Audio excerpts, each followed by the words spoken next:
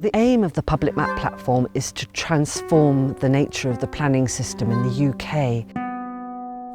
Typically, very few people get involved in planning. They feel very disempowered. Maybe 1%, 3% might have any kind of say in the making of a local plan.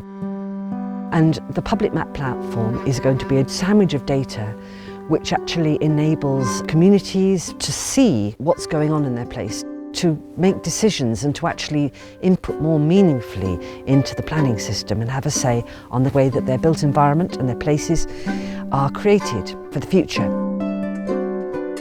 So the platform itself is a data sandwich, including the usual sort of data layers like census data, but also including data layers that we found. We've been collecting data all over, bringing it in to one spot, all freely available and open source.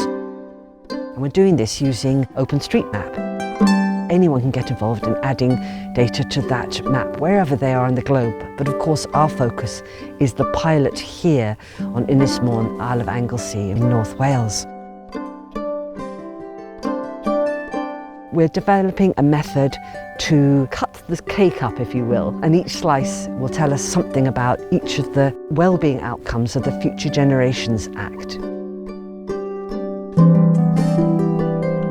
Ultimately, we need to be able to make places that are built on evidence of what people want, and in particular what children and young people want, because they're just so disenfranchised from the making of our places.